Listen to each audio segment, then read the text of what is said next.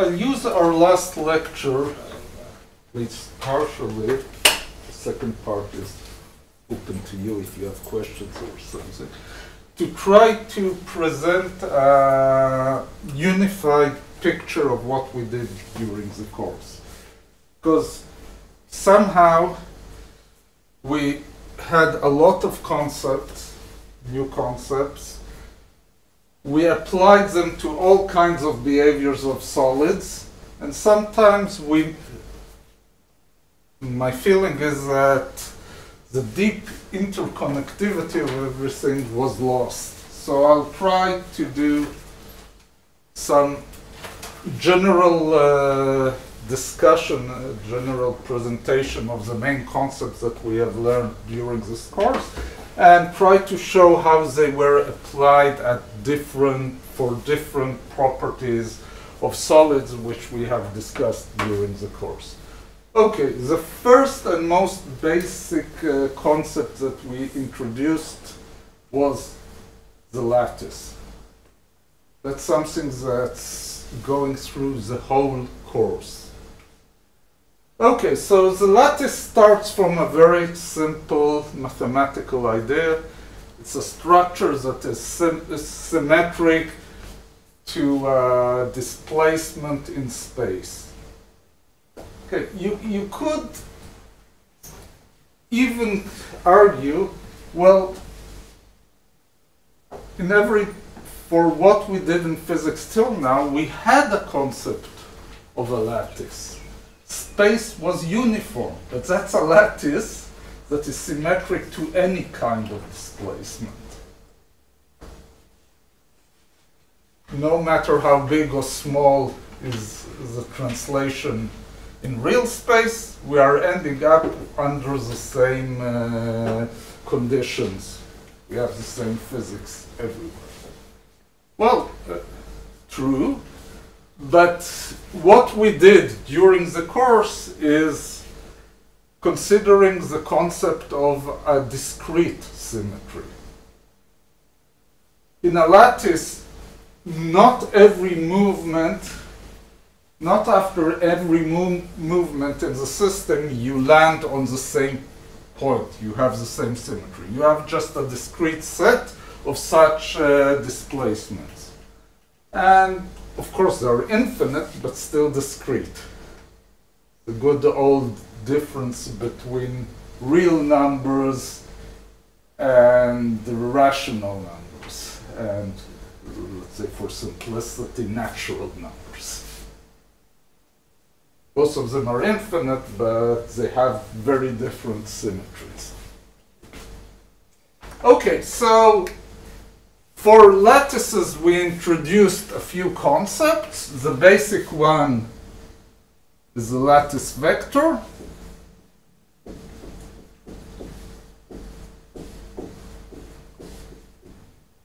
Which just tells you that if you move by the amount that is defined by this vector, you end up at the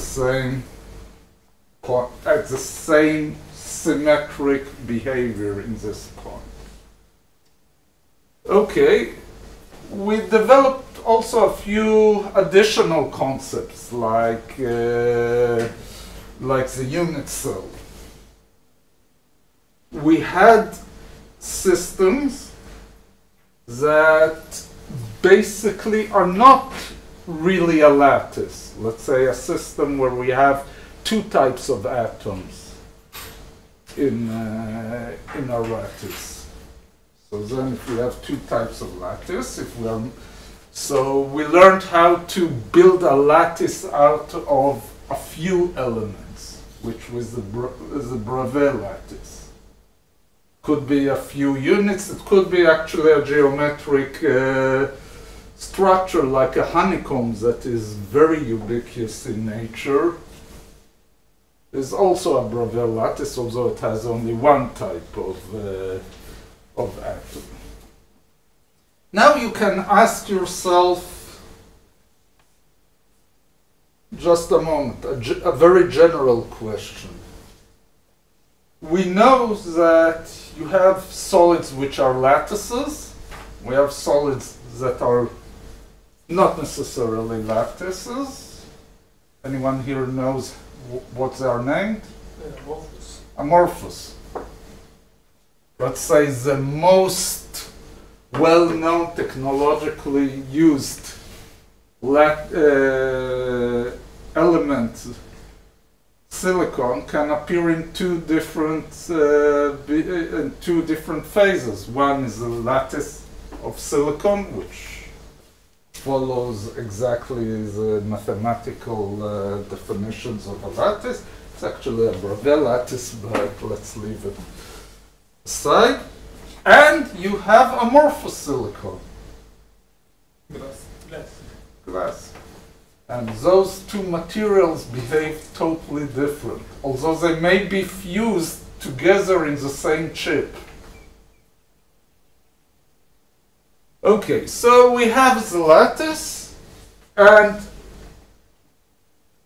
basically we have studied a few of the properties, a bit of the mathematics connected with how we define R, what are the nearest neighbors, what are the primitive lattice vectors, and so on and so forth. Okay. A second property of a lattice that is intimately connected to the lattice is the reciprocal lattice.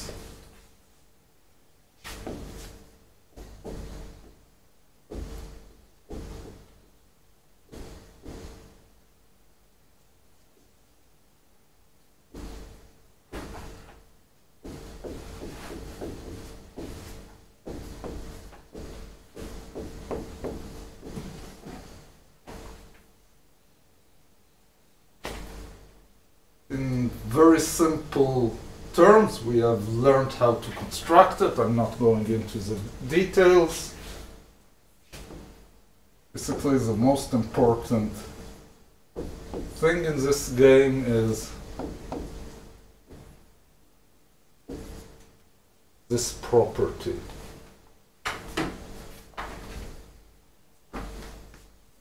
Okay, we have discussed that this is similar in concept to the Fourier transform of a lattice. Now, why do we care so much about the reciprocal lattice?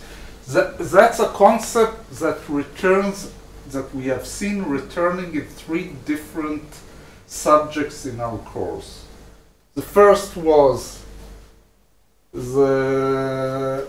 what happens when we shine light. When I'm talking about light, I'm meaning an electromagnetic wave. It could be an X-ray. Most of the time an X-ray when we are discussing these types of lattices. So when we are shining light or an electromagnetic field into the lattice. The second concept was when we're discussing elastic modes or movement of atoms in the lattice, which are those phonons. And the third time when we discussed electrons in the lattice. In all three cases, understanding the reciprocal lattice helped us to understand what is happening and actually determines all the properties that are of interest to us for all three kinds of waves existing in the lattice. And the reason why it's so important for all the behavior of these three different types of waves is that they are waves at the end of the day. So the mere fact that we are dealing with waves in these systems determines the importance of the reciprocal lattice, and that's why G appears everywhere. Actually, nowadays, this concept of a lattice and reciprocal lattice come up in situations that are not necessarily a lattice composed of atoms. Someone here heard about metamaterials? So Cardboard? Like cardboard? Cardboard? Carton? No. Just Metamaterials. Heavy fermions. No, I'm not talking about it. I'm talking about a much simple. Now, what is the most important thing about a lattice? The fact that you have a basic unit that repeats itself. Now, in nature, we have atoms that come built in as the same unit. Well, it's not always easy. Ask anyone in the semiconductor industry how much effort has to go in to get a real pure lattice of silicon. That's a 10 billion, and now there's even stepping up higher costs to get it. But it's still, your basic unit is silicon. Your problem is that the silicon has some impurities in it and you have to clean it up and worry about it crystallizing in a way without defects. But basically you have this unit. Now, why can't I have a lattice behavior for something like visible waves or microwaves or meter-long waves? and then the distance between the molecules need to be huge. But why do you have to have molecules? So that's exactly what is a metamaterial. You create a basic unit with whatever shape that you want, so you can, and repeat it in a 3-dimensional or a 2-dimensional lattice, depends what you want to do. And then, for example, if our rule of thumb is that it's relevant to length waves that are more or less the size of the lattice unit. So if you're looking on visible light, if you have units of around 500 nanometers, and they repeat themselves, you'll get a behavior that is similar to X-ray. So, for example, you can have a material that doesn't let light go through, although the basic units are something that are transparent or gives you certain windows of transmission because of band gaps and certain frequencies where it doesn't transmit, or certain angles that it transmits or doesn't transmit. Let's say, without going into details for the simple reasons that no one published these details, some of the materials which you are using for stealth technology is actually built on this idea. If I have a material that doesn't return light back but sends it out in other directions, so lovely stealth material, so you can create with it some kind of a coating that is stealth. And even if someone is interested, they can see all kinds of cool, like a stealth cloak. A materials.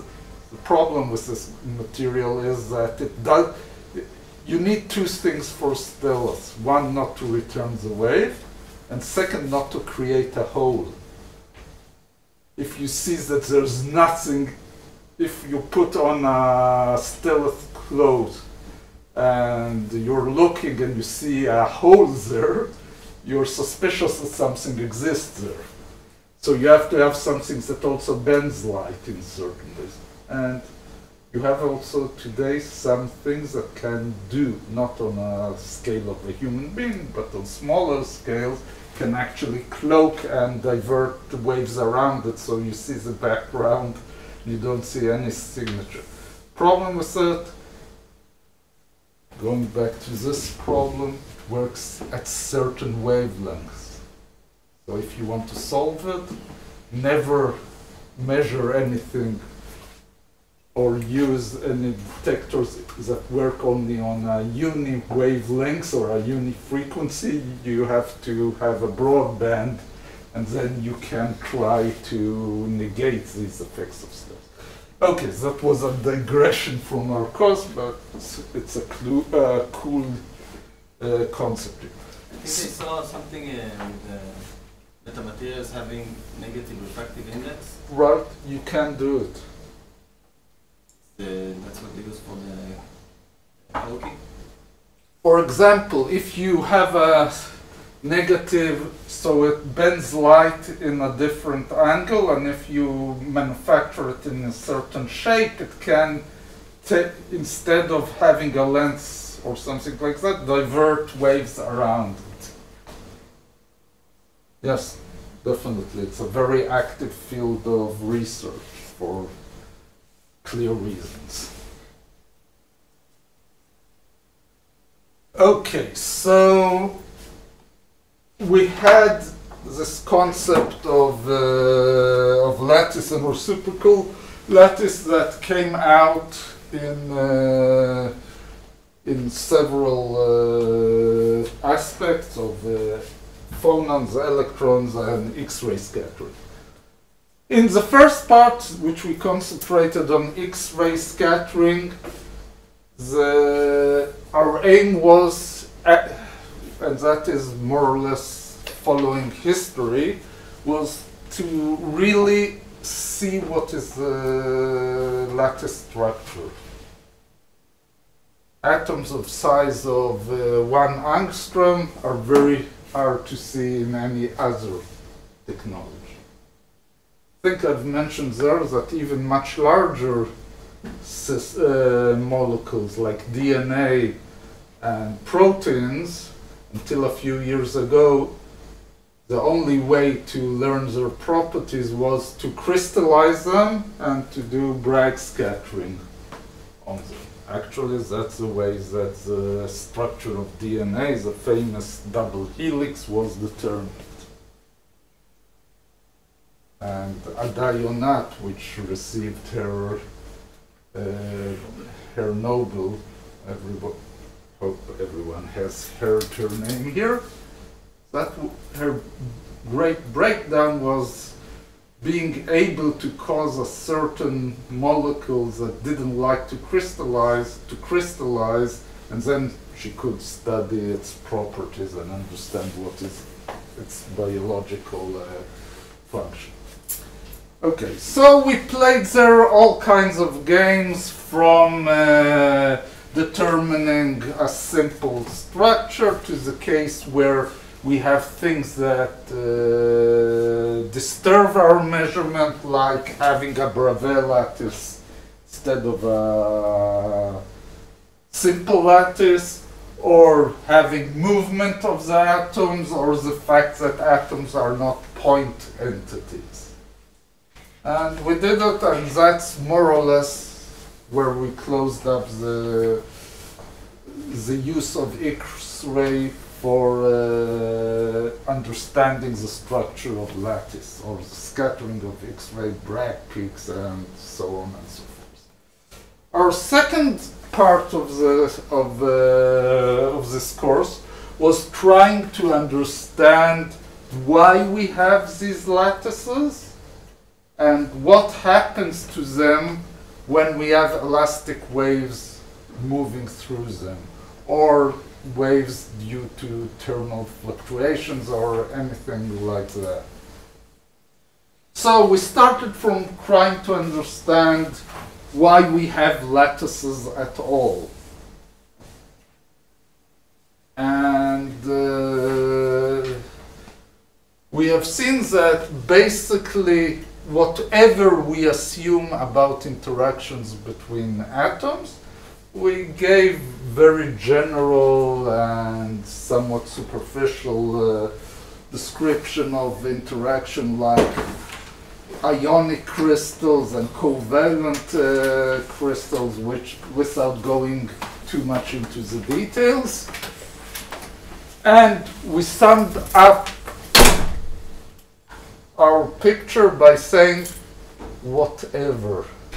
There is some interactions between the atom.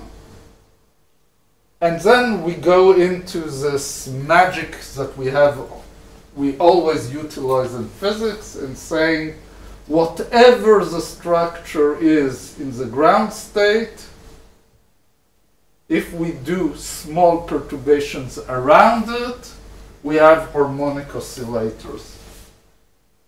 This is something that, again, it appears again and again and again in any physical concept, just because of the simple reason that, well, usually either if you have structure, you're somewhere around the ground state, and if you're not, you're a gas. So, okay, if it's not that and not that, like liquids, we're still till today not fully sure how to treat them. Physics of liquids is still a field that is struggling to find what is the basic concept that characterize it. Not easy. So the only thing I should care about the form of the interaction is for the spring constant.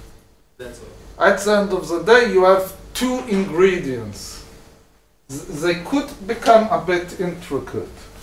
I'll give you a small secret about the exam.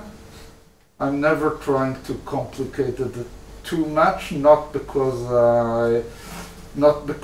in nature it doesn't happen, nor that it's a nice and challenging problem, only because you have a 3-hour exam, and the idea is not to get you stuck under very heavy calculations.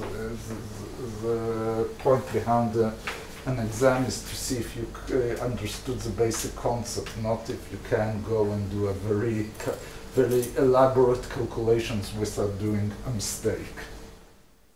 Okay, so you have two things, spring constants, if you want, in a very layman term, or the D matrix as we have defined in mathematics, and the structure, the lattice structure. How many nearest neighbors do I have? In what dimension it exists? Once I have these two ingredients, basically we have shown, was a bit of mathematics that I'm not going to return and do it now. You have it all either in the lecture or in Ashcroft. But the main idea is that at the end of the day is the concept of normal modes. Whatever complicated are the interactions, as long as they develop them around the ground state, around the equilibrium point, and as long as I know the basic lattice structure, and we didn't. If anyone will try to reconstruct what we did, we never proved that a certain lattice structure is actually the minimal structure for some kind of interaction. The closest that we came to it is for ionic crystals, where a square lattice makes sense, and that's also what happens in nature. But for anything more, let's say I'll ask you why silicon, which is a strong covalent material, has this diamond lattice structure. The answer is we didn't we didn't even give you a clue how to do it. Actually, to do it it's done today, but that's heavy ab initio quantum calculations. It's a field by itself. It's relevant to chemistry, it's also relevant to physics. If nowadays you have a lot of exotic materials, mainly for things like creating strong magnets or materials with some exotic quantum behavior, like topological insulators and so on and so forth. And if you have idea, I throw in, like in the high TC superconductors, YIPCO, copper, what is also? This, B. What's Besco, something. This, 4 types of atoms at different ratio. What will be the lattice? So you either go to your lab, cook it up and put it under an X-ray and see what is the structure that you get, or you go to these heavy calculations to figure out what is the lattice structure. From this course, you don't have even a clue where to start. But that's a given. And then you go, just a moment, and calculate the modes. We have the prescription. The important thing at the end of the day is that we gave very general law of thumbs how the modes should appear. And whatever you do the calculation, check base with these basic rules in order to see if you did something reasonable. The most basic thing is you'll have the different modes that are acoustic modes. What do I mean by acoustic modes? They're for small k's, their dispersion, omega is some constant, which is the sound of the speed of sound times k, a linear relation. And you have d of these. No matter how complicated you build your lattice or have interactions, you'll have 3 of these. And if you have a simple lattice, that's all you get. You won't get anything additional. If you have a Bravais lattice, then you'll get d times p, where p is a number of different points in your bases, -1, because, why -1? Because those modes already are occupied by the acoustical waves. Optical waves. What does it mean, optical wave? It's only the simplest way to look on it is that the dispersion you have for k going to 0, omega doesn't go to 0. Perhaps a bit hard to conceptualize, but we discussed that these are motions that exist locally but don't exist globally, and therefore k, which captures k, small k's, when it goes to 0, which captures long range behavior, you don't have them on long range. Okay, and that is the most important thing to touch base at the end of the calculation. Did you get the right number of acoustic and optical branches?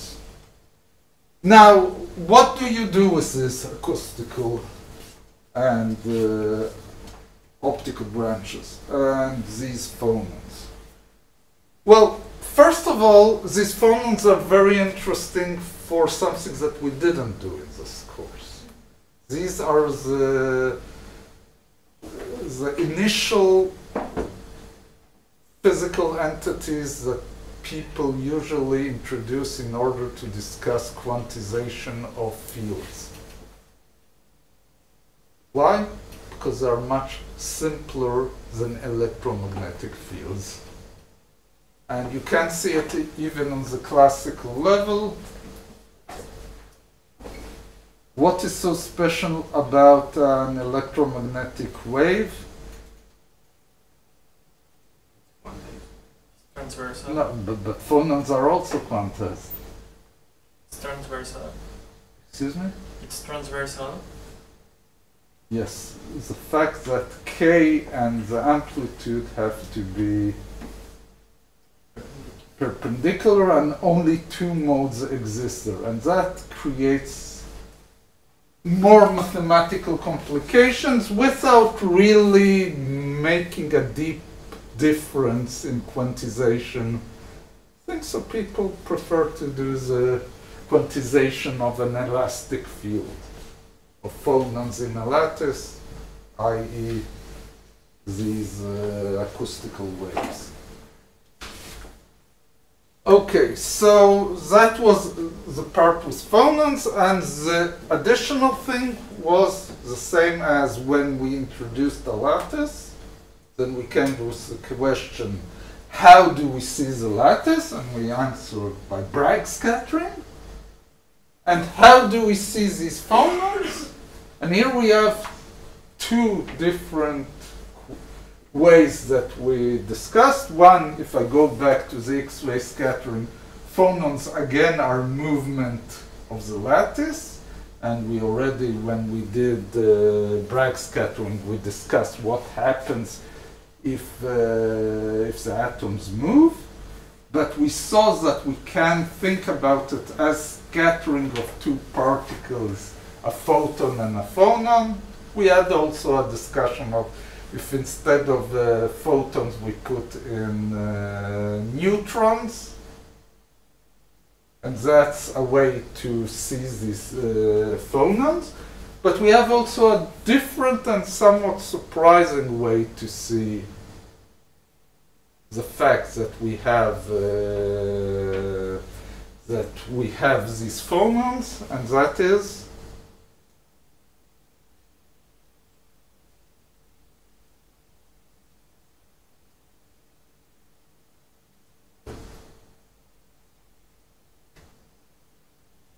we spent a lecture on that, not more. Heat capacity. So that's a bulk property that is accessible experimentally, and not only that we don't get the expected behavior at low temperatures of half kT per unit per degree of freedom. We get there an interesting behavior which tells us about the quantum properties, that we really have their phonons, not something else. If you think about it, a surprising fact that arises in different fields of physics is that from bulk properties, thermodynamical properties, sometimes you can learn much about the constituents of the material, what it's made of and how they behave. Not surprising, the guys that first introduced it to physics was Einstein. In the same year that he had these great papers about relativity and the photoelectric effect, he had another paper. The Einstein model of heat capacity? No. The solids. Brownian motion. Which actually, if you check today in a citation index, is the most cited paper of Einstein. For two reasons. One, when you're using nowadays, let's say, some relativistic related concept, you don't quote Einstein. It's known. You don't need to give it a quote. don't give a reference to it. But the Brownian motion is more specific thing, and that people still quote till today, by the reference to the original Einstein's paper. And second, it's in fields that are not physics related, it's used like chemistry, biology, and things like that. So you have a much larger field. Most biologists don't care about time dilution or something like that. So anyway, so from a behavior of some fluctuations of a piece of dirt in a liquid, he was able to pull out the fact that you have atoms, their number, the Avogadro number, and perhaps the first accepted proofs that atoms are not just some computational device to understand global behavior, but do really exist. Okay, so that's what we did with phonons. Things that we didn't do with phonons. The same things that we could have considered about scattering of light and neutrons with phonons are good old phonons. The electron also is scattered by phonons, creates effects on, let's say, the conductivity, defines the behavior as function of temperature. For normal metals, the higher the temperature, the lower is the conductance. Just simple Drude models are scattered, so they don't reach so fast to the other side. Actually, well, that, no, I'll spend it here and not put it into the exam. Perhaps I will. Okay, I gave you what happens in metal. What happens in an insulator as function of temperature to the conductance? Increases. Why? Because the electrons get out of the... They are not stuck anymore in the band. They go to the conduction band, and there they can start conducting. So it's the opposite way. So and there's also non-band relations. You perhaps know about it, hopping. That's another effect that can create conductance that we didn't discuss at all in this course. But so the basic, if you catch a physicist and ask him, here's a piece of something, tell me, is it a metal or a conductor? Well, you connect it to a circuit and measure the current at very small voltage, but that's not definite, because you could have some leakage current problems with your experimental setup, all kinds of problems with that. What is the clearest signature? Change a bit the temperature. The conductance goes down, it's a metal. The conductance goes up, it's an insulator. So if you check most physics textbooks, operational definition, what's a metal and what's an insulator, check the temperature dependence of the conductance at very low temperatures. Okay, so then we went over to atoms, to electrons, and started to discuss electronic properties.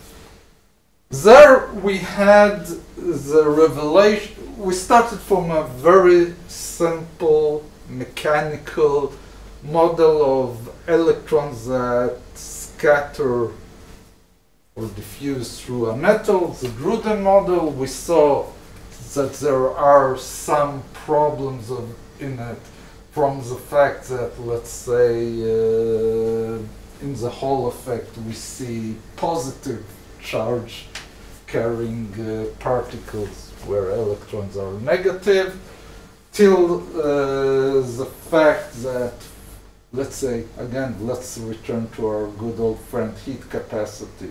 The heat capacity of electrons, which should at least double the heat capacity of the solid. Why double? Double the freedom. Excuse me? Double the freedom degrees.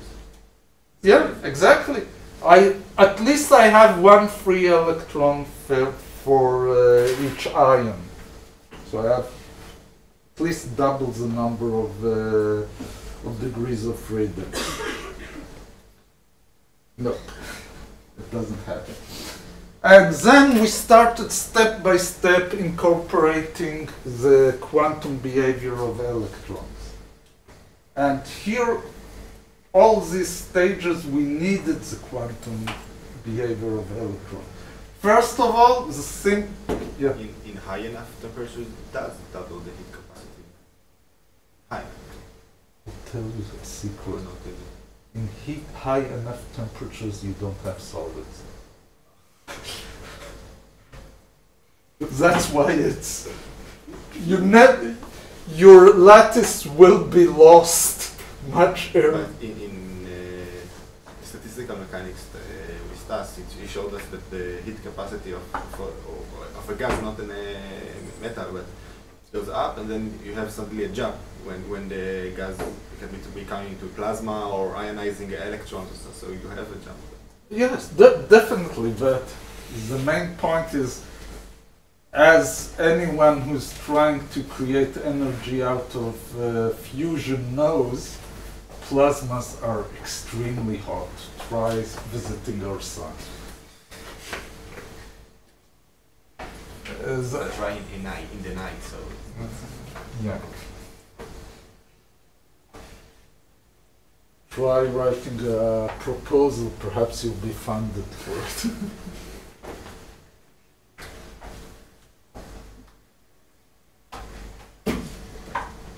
So, the first quantum property is the fact that electrons are fermions. Something very basic, and we never appreciate how important they are. It's the simple reason why not everything is squashed in reality, why gravity doesn't squash everything around, because you can't put all these fermions into the same state. You have to give them space, they have to follow higher energy states. So we started from the simplest treatment of electrons, which is forget lattice, forget everything else. Electrons are particles in a box, and even that simple assumption helps us to answer the question why the heat capacity is not as large as we thought, from the simple reason that only a thin layer of electrons closest to the Fermi energy are in the gate. So therefore the number of electrons depends on the number of states in the vicinity of the Fermi energy, which is much smaller than the total number of electrons. So that's one thing that we discussed. We discussed also that for this simple model we get a Fermi surface that is just a sphere, and we connected all kinds of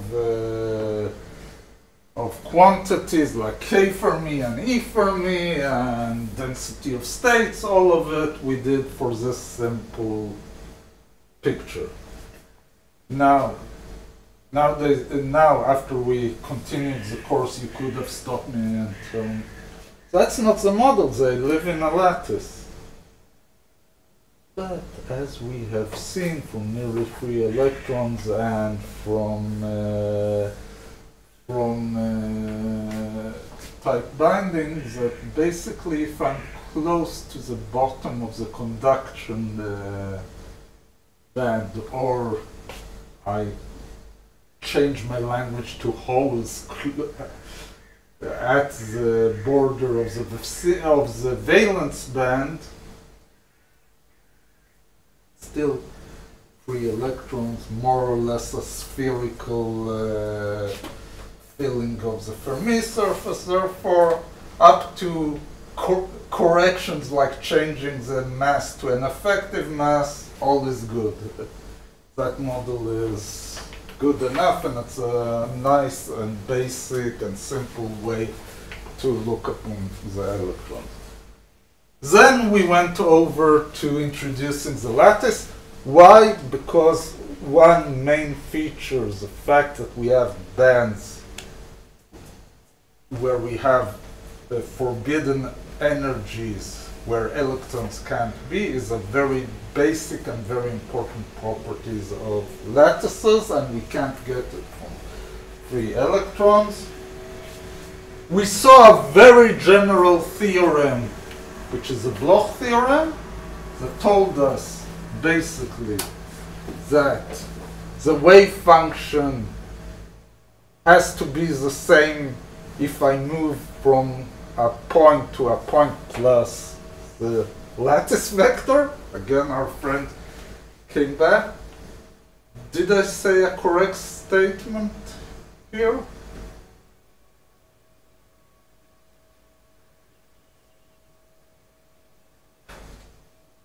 Can you repeat?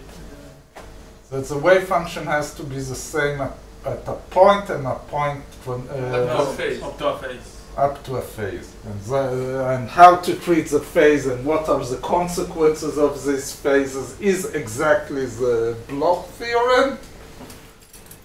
And then we went and solved it for two particular cases. The two different limits, nearly free electrons, meaning that we start like always we did perturbation theory, introduce the lattice, well, introduce something as a perturbation. For nearly free electrons, we introduce the lattice as a perturbation. So or as usual in perturbation theory, you start from some bases where you have the eigenvalues and eigenfunction and perturbs them. So here, for nearly free electrons, we started with the free electron wave functions and energies and introduced the notion of the lattice as a weak perturbation. We did the calculation, first order and second order, and we found out that actually the most important change happens where? In the degeneracy. At the degeneracy. And the degeneracy is the two states that are degenerate are separated by G.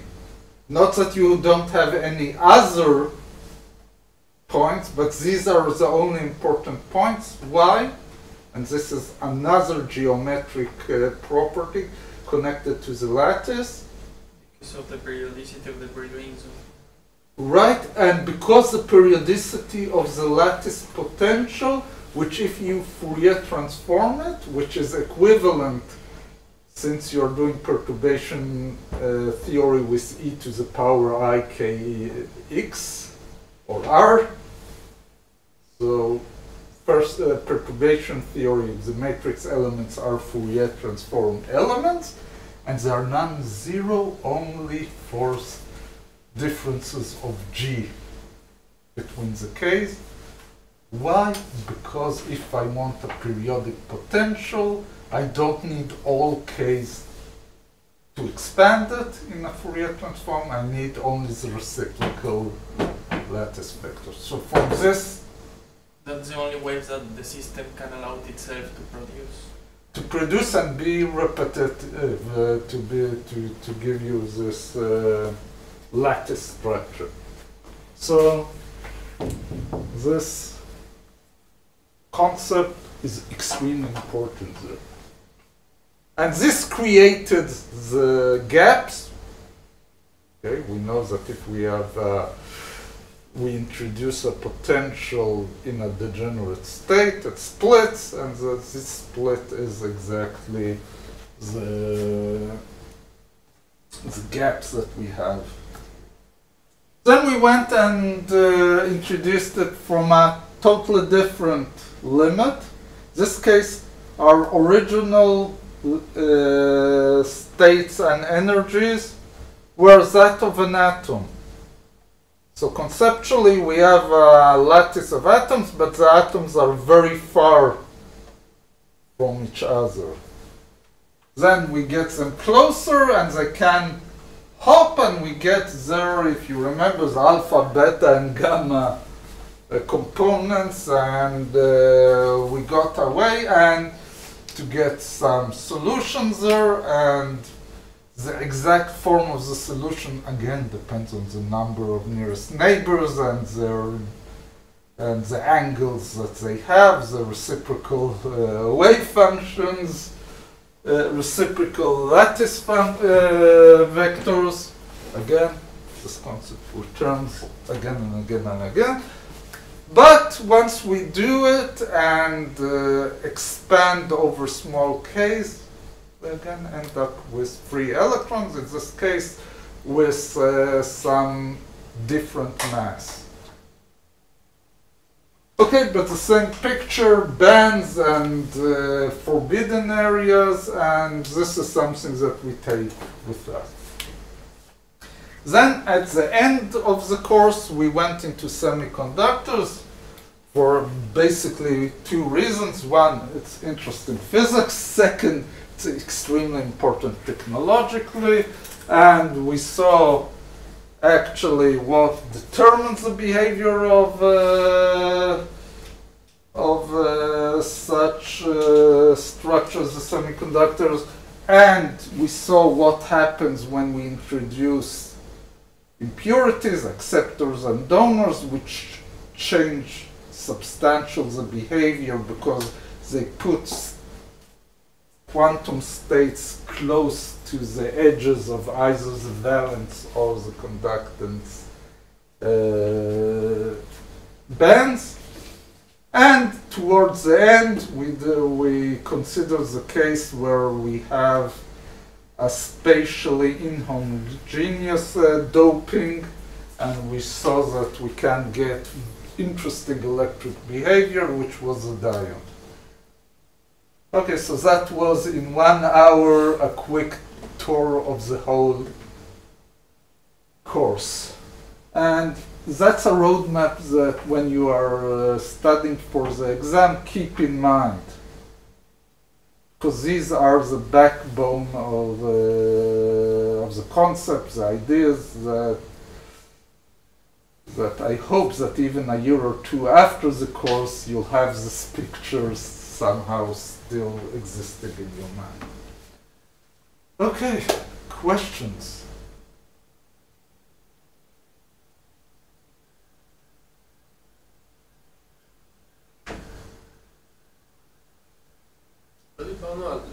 We didn't discuss about magnetic properties. Okay, that's something that we did discuss. Not one thing we did discuss, and another properties that we usually do discuss, but since we had limited time, and it's also mathematically a bit difficult,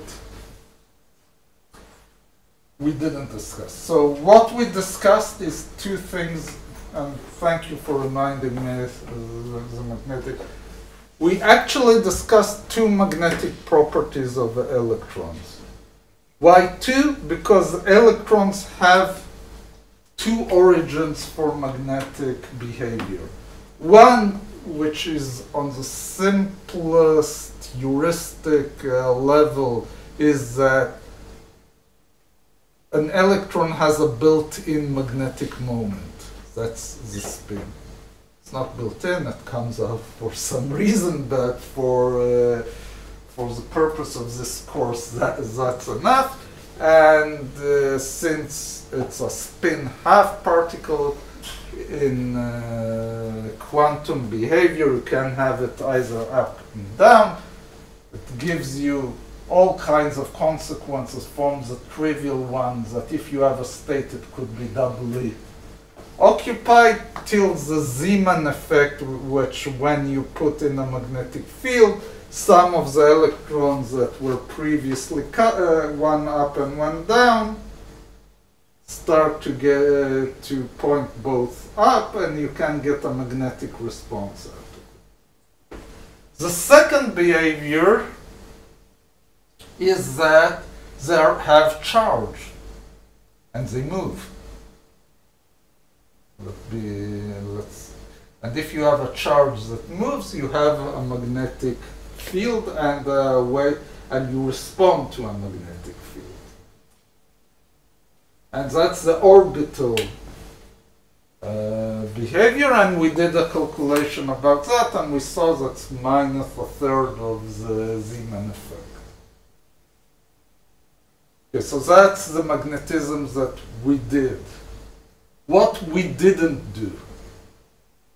Okay, one thing is that actually response to a magnetic field is the most precise way to determine the shape of the Fermi surface.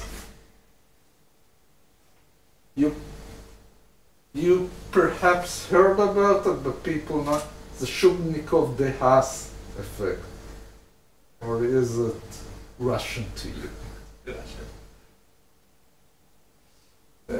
It's a way,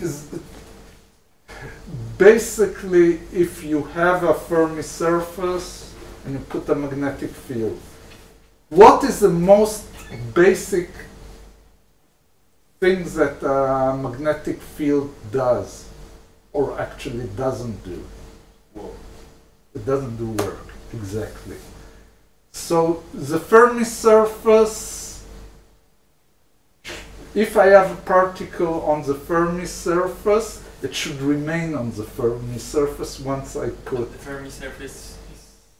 But it can start creating motions on the Fermi surface, and the loops that it can do on the Fermi surface give you some type of magnetic response, and also determine something about the conductance. And if you measure that, you can conclude what is the structure of your Fermi surface. Because if you have something that is more complicated than a simple sphere, you have different periodicities that, and life becomes interesting, and you can pull out all kinds of information.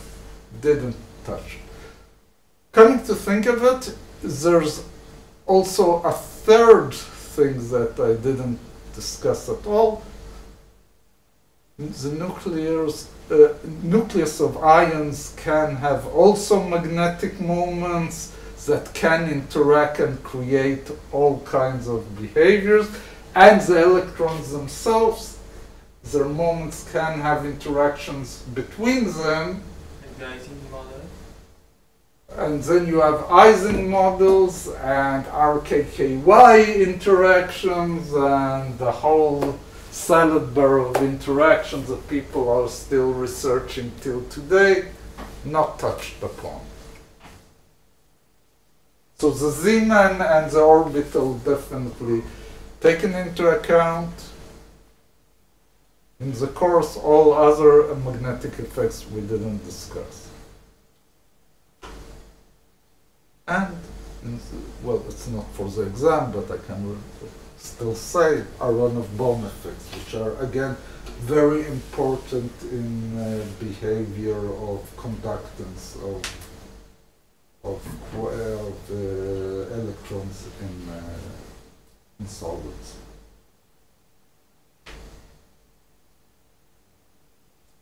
Any other questions?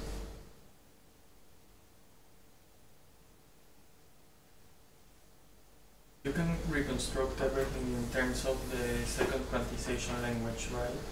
Right. So I introduced it as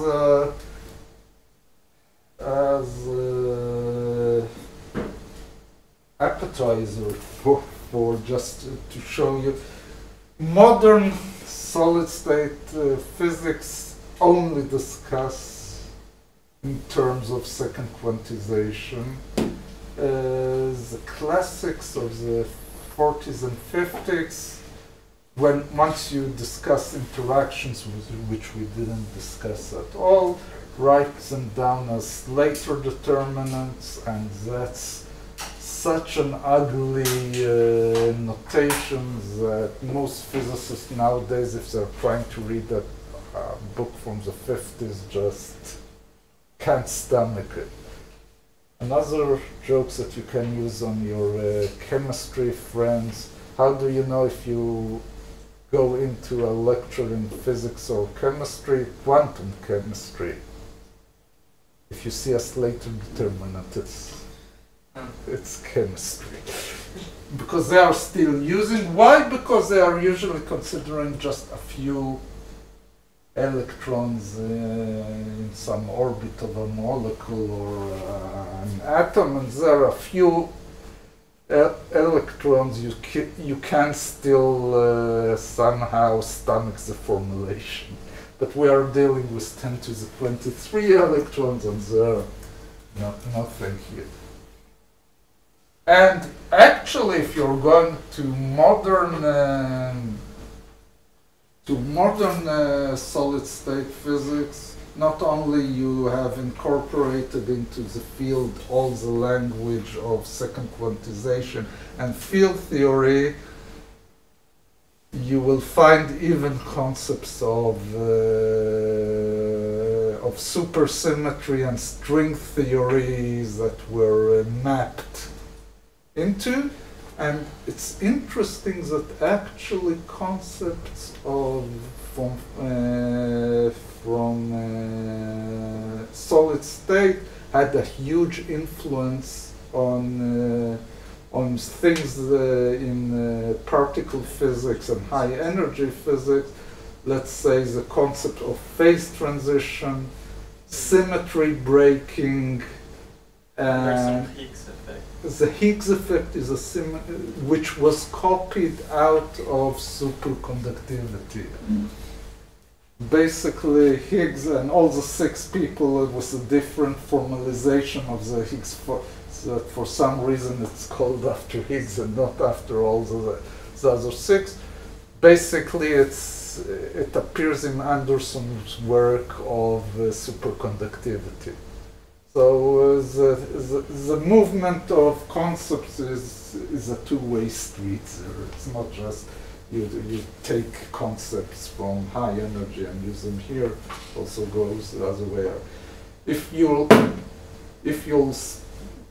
nowadays listen to interviews by Witten, the most famous string theorist, and you ask him, and he's answering to questions like, okay, what was the use of string theory in particle physics?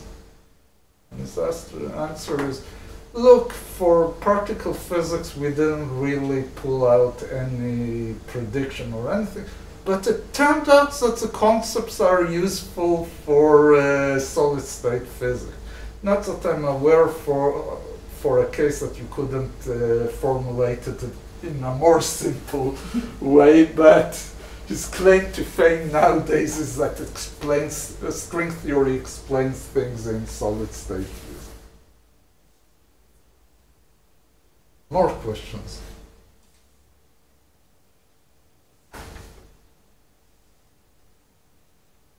So people who took assignments for the 5 points bonuses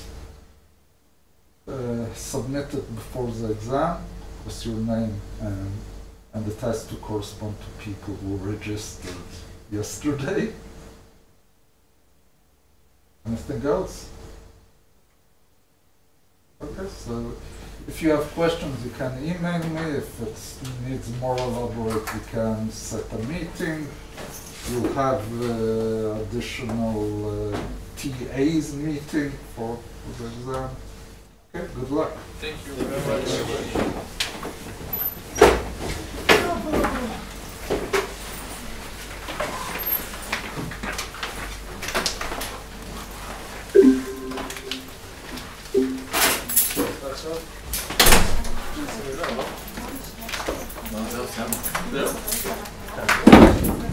לא, המטלה הסברתי בשיעור.